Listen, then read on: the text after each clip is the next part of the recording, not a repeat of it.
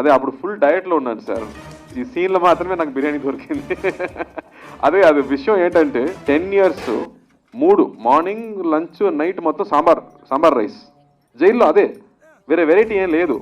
జైల్లో మీకేంటి variety? So 10 years బయటకు వచ్చిన తర్వాత ఒక బిర్యానీ ఉంటే ఎలా ఉంటుంది అతనికి? అదే ఆ ఫీలింగ్.